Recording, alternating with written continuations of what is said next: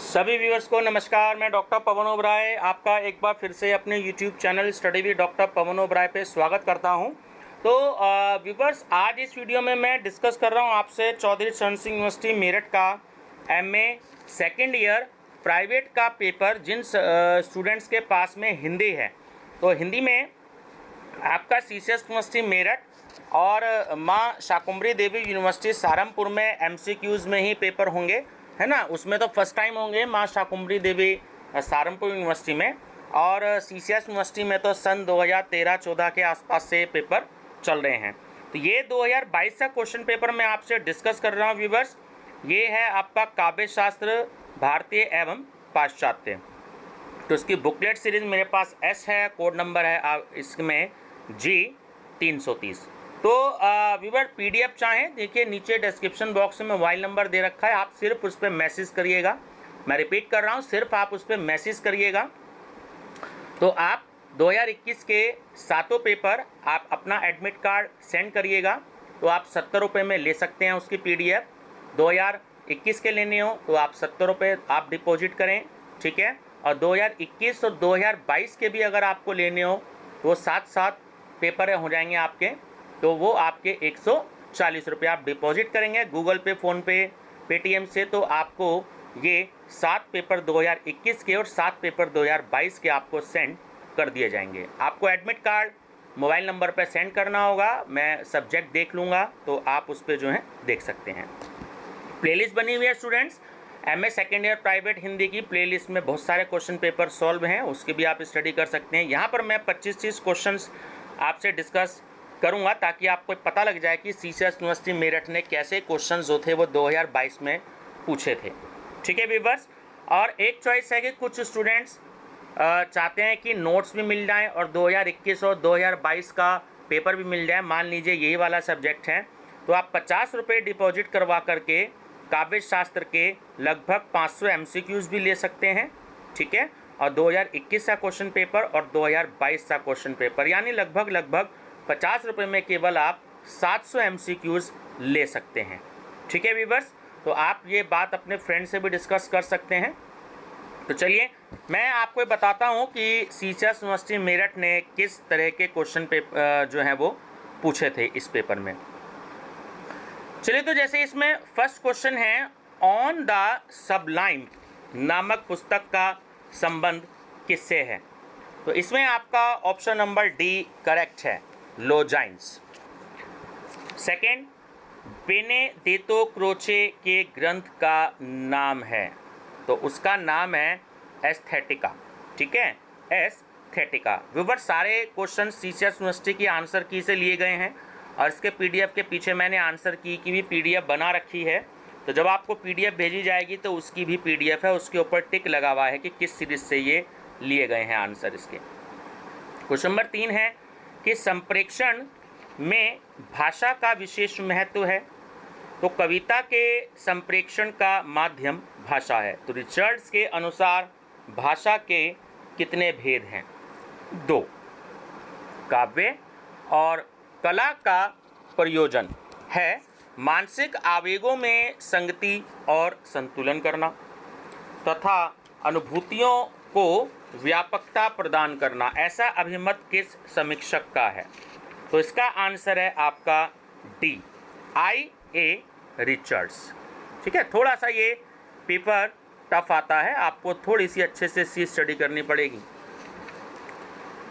Question number 5 है कि कला अभिव्यंजना है, वह सहजानुभूति है, अतः वह प्रगीतात्मक है।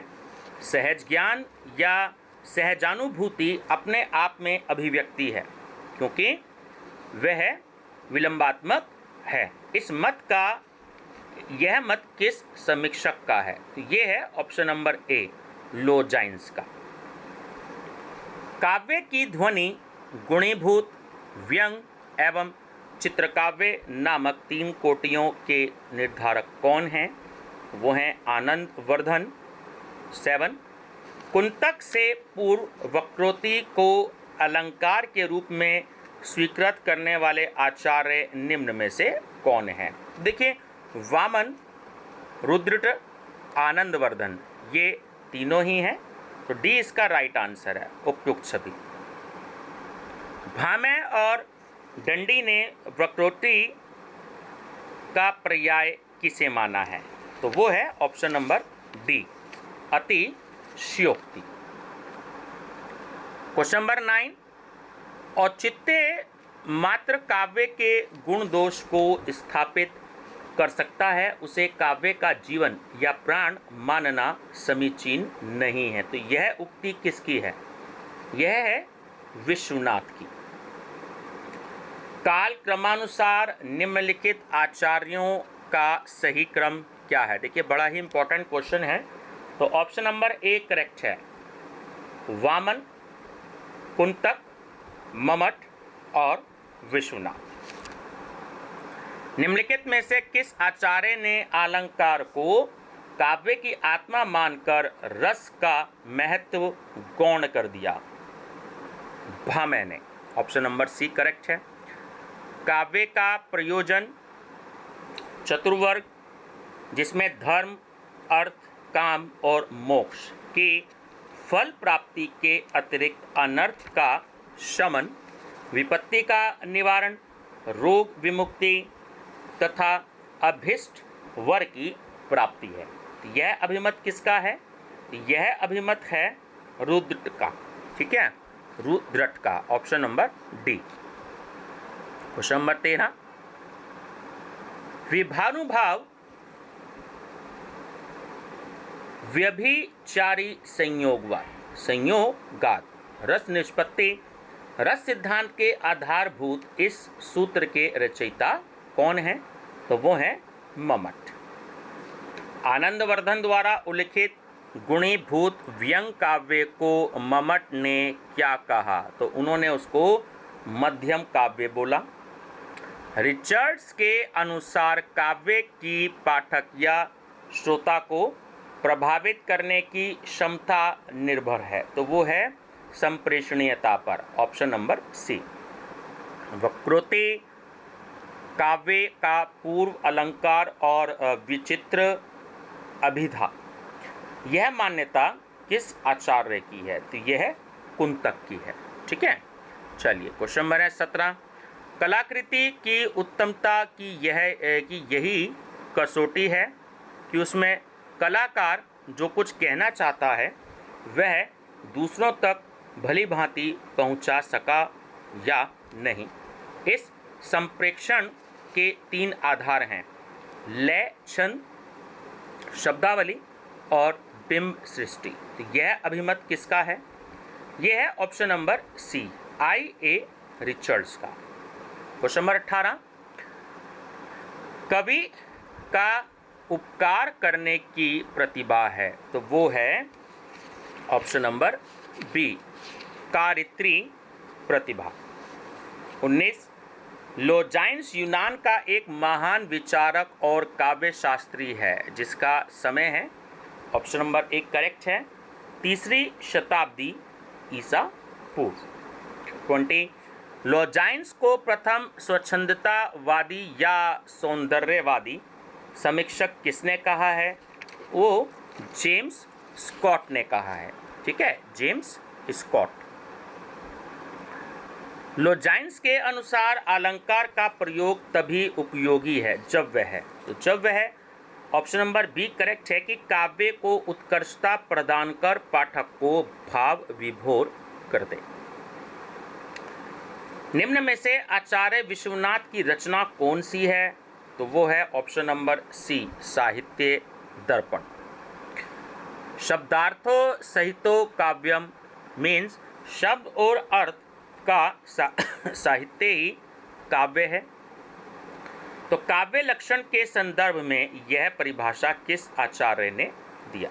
तो ये है भामह की। Option number A.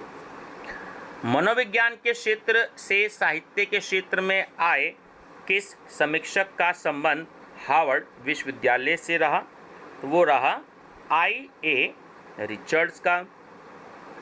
संचारी भावों की संख्या कितनी है? तो बहुत ही इंपॉर्टेंट क्वेश्चन है, ये है 33। तो ये व्यूवर्स आपके 25 क्वेश्चन थे लगभग। तो आपको ये मैंने बेसिक आइडिया दिया कि 2022 के क्वेश्चन पेपर में आपको ये वाले क्वेश्चंस आए थे। तो आप पीडीएफ चाहें, इसके बाद आगे पूरे 100 क्वेश्चंस की तो मैंने आपको सारी बातें बता दी हैं। तो आप सिर्फ मैसेज करिएगा, आपको जो है पीडीएफ शेयर कर दी जाएगी। ठीक है व्यूअर्स, तो बने रहिएगा मेरे चैनल पर study with doctor Pawan Oberoi पर। और ये मैं आपको एक चीज़ और बता दूं कि ये जो एमसीक्यूज़ है, अगर आप टीजीटी और पीजीटी के पेपर की भी तैयारी करते हैं तो ये एमसीक्यूज़ आपके वहाँ पे बहुत ही ज़्यादा हेल्पफुल रहेंगे। Thank you.